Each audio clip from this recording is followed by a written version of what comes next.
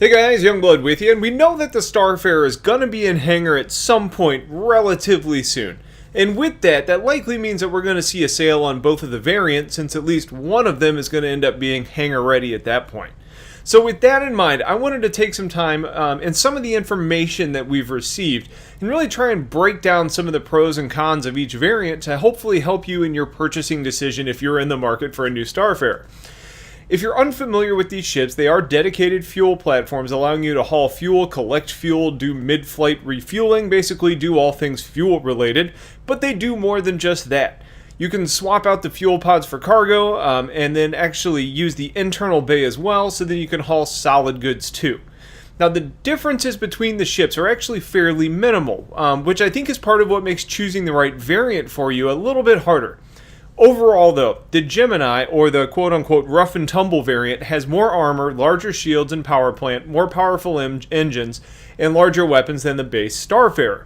So if we stop there, it's kind of a no-brainer. But the base Starfarer has a few redeeming factors that make it a really good purchasing option as well. The extra armor on the Gemini means thicker bulkheads, and that results in less cargo carrying capacity by quite a bit. We all know that these stats can change pretty frequently, but where it stands today, the Gemini carries about 900 SCU less than the base model at 2,488 compared to 3,321. Both of those are very large numbers, but any way you cut it, dropping about a third of the cargo capacity is pretty significant when you compare just pure profit. Now the other downside to the Gemini is that based on the extra weight it's going to bring with those bulkheads, the maneuverability is said to be quite a bit less. Now, I'm not expecting either of these ships to be breakdancers, but losing a little bit of mobility on a ship that probably has very little to start with could be a very big deal in the end. So if we talk about these and which one is right for you, you probably need to really think about how you envision yourself playing in the persistent universe, because that's going to play a factor here. If you're most likely going to be in safe space most of the time, then the risk of piracy or vandal attacks should be relatively low, and you'd probably be better off bringing the stock Starfarer to really maximize your profits with the larger cargo potential.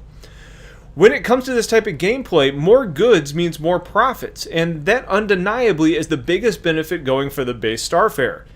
Now, if you do get into trouble, that extra maneuverability on the base Starfarer may allow you to keep your guns on targets better while you wait for help. In that same situation though, the Gemini with the bigger guns and better armor and shielding means that if you're jumped, you are much more likely to survive that battle. Now, if you're pretty certain that you're not going to want to limit yourself to safe space, the Gemini undeniably gives you the advantage to conduct business in dangerous areas without or with an escort. I think both of these ships are going to benefit from having a fighter escort, but the base model almost requires it in dangerous space, while I think it's just a best practice with the Gemini. And that could be another way to help you maximize your profits by keeping cost low. If you're not having to pay for escorts, you keep those costs down, which may end up making a difference, at least some of the difference in the cargo differences between the two ships. Now, along those same lines, the Gemini is much less likely to be jumped based on the fact that it's basically a flying deterrent. Big guns, big shields, big power plants. If there were two Starfarers, one G and one normal, which one are you going to attack if you're a pirate? I think the answer to that question is pretty clear. One final consideration here is going to be with design. Both of these ships are going to carry a very similar look on the exterior, but they've said before that the Gemini is being finished by Aegis. It's actually going to be branded as Aegis, meaning that you could expect some Aegis stylings within the ship. So if looks end up playing a big factor for you, then if you prefer MISC ships, the Starfarer is going to be more in line with what you expect and what you kind of want to see. While the Gemini may be better for those of you who are like me, Aegis fanboys, that like the Aegis styling. Now that's not a performance difference at all, but it is worth noting, especially if appearance of ships has a big impact in your buying decisions. And that's okay if it does. Now, there was a question that was asked during the Q&A that I think was fairly enlightening, and that was, does the base model Starfarer have any other advantages over the Gemini outside of the increased maneuverability and cargo space? And the answer to that question was that those are the two key benefits, and that the internals and the styling will be different.